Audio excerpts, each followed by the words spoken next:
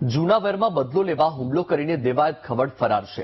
હુમલાની આટલી મોટી ઘટનાને કલાકો વીત્યા છતાં પોલીસ દેવાયત ખવડને નથી પકડી શકી. કાયમ વિવાદોમાં રહેતા લોકગાયક કલાકાર દેવાયત ખવડ સામે ગીર સોમનાથમાં પોલીસ ફરિયાદ નોંધાઈ છે. ત્યારબાદ આજે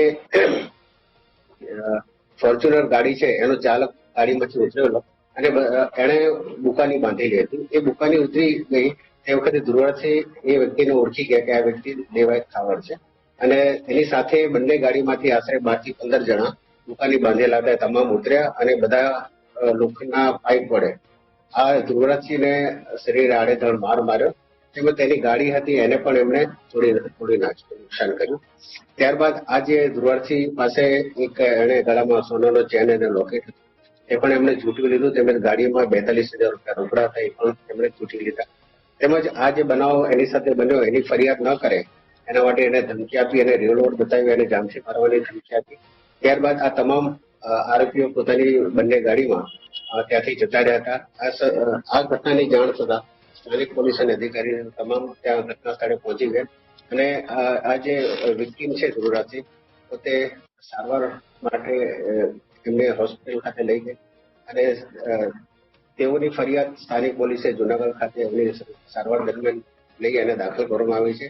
જે ફરિયાદ તાલાળા પોલીસ સ્ટેશન ખાતે BNS ની જુદી જુદી કલમો હેઠળ દાખલ કરવામાં આવી છે. જેમાં BNS ની કલમ 109, 311, 189(2), 191(2), 191(3), 190 તેમજ આર્મ્સ એક્ટ મુજબ પણ એમના વિરુદ્ધમાં ગુનો દાખલ કરવામાં આવે છે. દેવાયત ખાવડ અને એમની સાથેના કુલ 12 થી 15 જણા જે ઇસમો છે તેના વિરુદ્ધમાં તાલાળા પોલીસ સ્ટેશનમાં ગુનો દાખલ કરવામાં આવે છે. આ જે આરોપીઓ નાસી ગયેલ છે એની શોધખોળ હાલ ચાલુ છે. જેની શોધખોળ અને ધરપકડ માટે હાલમાં LCBની, SOGની તથા સ્ટારની પોલીસની અલગ અલગ ટીમો કાર્યરત છે. તેમજ જુદા જુદા CCTVના આધારે તેમજ ટેકનિકલ સર્વેલન્સ તેમજ હ્યુમન ઇન્ટેલિજન્સના આધારે હાલ આરોપીની શોધખોળ ચાલુ છે. આ ગુનાની તપાસ હાલ તાલાળા PI ચલાવી રહેલ છે.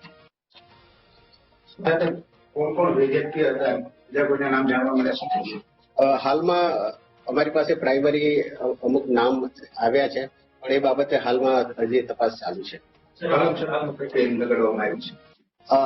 આજે એમાં BNS ની 109, 311, 189(2), 191(3), 190, 351(3), 118(2), 118(1) તેમજ આર્મ્સ એક્ટની કલમ લગાડવામાં આવી છે. યુવરાજસિંહને મારવા માટે દેવાયત ખાવડ દ્વારા ખાવડ શું કહી શકાય? આમાં એવું છે કે જે ધ્રુવરાજસિંહ છે એમણે અગાઉ ત્યાં એક ડાયરાનો કાર્યક્રમ આયોજન કર્યો હતો.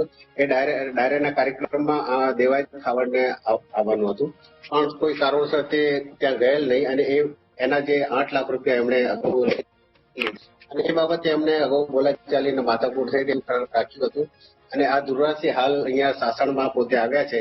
એ બાબતની આ લોકોને માહિતી મળી એ અનુસંધાને એમણે એની રેકી કરી અને તપાસ કરી અને એ લોકો ઇરાદાપૂર્વક પોતે એને મારવા માટે આવેલા અને એમણે આ ઘટનાને અંજામ આપીને પોતે હાલ ફરાર થઈ ગયો. સર, પૂર્વ આયોજિત કાવતરું અસ્તિત્વમાં 307 કલમનો ઉમેરો થઈ શકે? હાલમાં એ પોલીસે એ કલમ અને એ મુજબ જ ગુનો દાખલ કર્યો છે. આરોપીને પકડવા માટે આ બધું ટીમો કે કંઈ હાલમાં અમારી LCB, SOG આ જુદી જુદી ટીમો અલગ અલગ કાર્યરત છે. તેમજ અમારા જે હ્યુમન ઇન્ટેલિજન્સ છે, ટેકનિકલ સોર્સ છે તેમજ જુદા જુદા CCTV ચેક કરીને હાલમાં આરોપીની ધરપકડ કાર્યવાહી ચાલુ છે.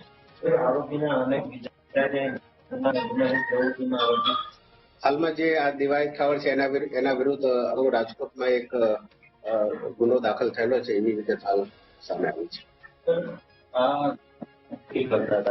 કઈ રીતે ખબર પડી સાસણમાં છે? સોશિયલ મીડિયાના માધ્યમથી ધમકી આપવામાં આવી?